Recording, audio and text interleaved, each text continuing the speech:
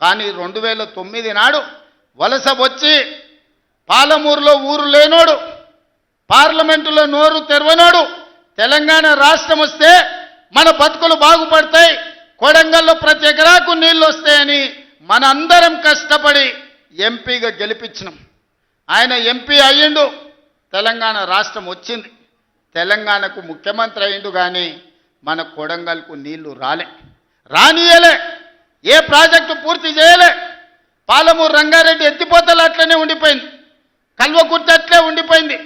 భీమా, Nettempadu, Tummilla, RDS ఏ project అయినా తీసుకోండి, SLBC tunnel కావచ్చు, కృష్ణా నది మీద ఏ ప్రాజెక్టు పూర్తి చేయలే, ఏ ఒక్క ఎకరాకు నీళ్ళు ఇవ్వలే. కానీ 1,83,000 కోట్ల రూపాయలు 10 ఏళ్ల కాంట్రాక్టర్లకు బిల్లులు ఇచ్చిండు. 1,000 కోట్ల రూపాయలు వాళ్ళ కుటుంబం కమిషన్లు కొట్టింది. తొడుక్కోవడానికి చెప్పులు లేకుండే, వేసుకోవడానికి బట్టలు లేకుండే, చిరిగిపోయిన చెప్పులతోని రోడ్ల మీద తిరుగుతోళ్ళకి బెంచ్ కార్లు వచ్చినాయి. ఒక ఆయనకు ఎర్రవల్లిలో 1000 ఎకరాల ఫామ్ హౌస్ వస్తే ఇంకొక ఆయనకు జన్వాడలో 100 ఎకరాల ఫామ్ హౌస్ వచ్చింది, అల్లుడికి మొయినాబాద్లో ఫామ్ హౌస్ వచ్చింది. వాళ్ళ బతుకులు బాగుపడ్డాయి, వాళ్ళకి టీవీలు వచ్చినాయి, వాళ్ళకి పేపర్లు వచ్చినాయి, 1,000 కోట్ల రూపాయల వ్యాపారాలు వచ్చినాయి, వాళ్ళకి ఫామ్ హౌజులు వచ్చినాయి. కానీ మనకు మాత్రం నీళ్లు రాలే. ఆనాడు కృష్ణానదిలో వరదలు వచ్చి అలంపూరు మునిగిపోతే అలంపూరు ప్రజల కోసం బంజారాహిల్స్లో నా ఇల్లు అమ్మి పేదోళ్ళకి ఇల్లు కట్టిస్తాను చంద్రశేఖరరావు చెప్పిండు. ఆయన ఇల్లు అమ్మలేదు, కానీ 100 ఎకరాల ఫామ్ హౌజులు కట్టుకున్నాడు. ఆ నిర్లక్ష్యం నుంచి 10 ఏళ్ళు చూసినాం. ఇక పాలమూరు ప్రజలు నిర్ణయం చేసుకోరు, మా బతుకులు బాగుపడాలంటే మట్టికి పోయినా ఇంటోడే పోవాలని పెద్దలు చెప్పారు. ఇక వాణ్యవనో వీణ్యవనో ఎవనెవనో మోసేది లేదు. మా బిడ్డ ఈ మట్టిలో పుట్టి ఈ మట్టిలో కలిసిపోయి మా బిడ్డ ఈ తెలంగాణకు ముఖ్యమంత్రి ఉండాలి, మా బిడ్డ ఉంటేనే మా సమస్యలు పరిష్కారం అవుతాయని పాలమూరు మొత్తం ఏకమై తెలంగాణకి ఒక స్ఫూర్తిగా నిలబడి ఈ జిల్లా నుంచి మీరు ఆశీర్వదించారు. కాబట్టి ఈనాడు తెలంగాణ రాష్ట్రంలో మనం ప్రభుత్వాన్ని ఏర్పాటు చేసినాం.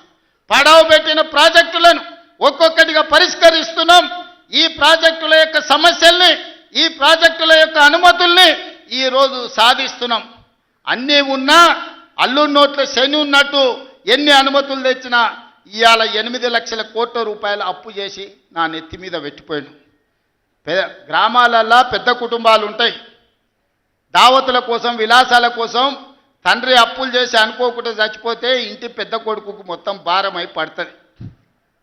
సంసారం ఎక్కడుందో తెలియదు, ఏ భూమి ఎవరికి తనఖా పెట్టిండో తెలియదు, ఊర్లో ఎవరి దగ్గర అందిన కాడికి ఎంత అప్పు చేసిండో తెలియదు, చుట్టాల దగ్గరకు పోతే మర్యాద లేదు, తెలిసిన వాళ్ళ దగ్గరకు పోతే సిల్లి గవ్వ పుట్టే పరిస్థితి లేదు అని మనం గ్రామాలలో చూసినాం.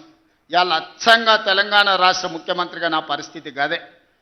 అనుకోకుండా కుటుంబ పెద్ద కోల్పోతే, ఇంటి బాధ్యత నెత్తి మీద పడితే, అప్పుల ఊబిలో కూరుకపోతే సమాజంలో కష్టపడించి ప్రతి ఒక్కరిని కలుపుకొని పోయి సంసారాన్ని నడిపించడానికి పెద్ద కొడుకు ఎట్లా ప్రయత్నం చేస్తాడో ఈ 2 ఏళ్లలో ఒక్క రోజు కానీ ఒక్క గంట కానీ సెలవు తీసుకోకుండా రోజుకు 18 గంటలు పనిచేసి తెలంగాణ రాష్ట్రాన్ని ఇవాళ దేశంలోనే ఒక గౌరవప్రదమైన స్థానానికి తీసుకొచ్చినాం. కానీ ఆయన 10 ఏళ్ళు సృష్టించిన గందరగోళం, చేసిన అప్పులు, తీసిన పరువు నిలబెట్టాలంటే ఇది సరిపోదు. కష్టపడుతున్నాం, దుక్కి దున్నంగానే పంట వండుతుందా? ఇతనాలు జల్లాలి, అదును అవ్వాలి, ఇతనాలు జల్లాలి, కాలం కలిసి రావాలి, పంట వండాలి. ఒకవేళ పంట వండినా కోతకొచ్చిన సమయంలో అకాల వర్షం వడగండ్ల వాడల పడితే పండించిన పంట కూడా నేలపాలే అవుతుంది.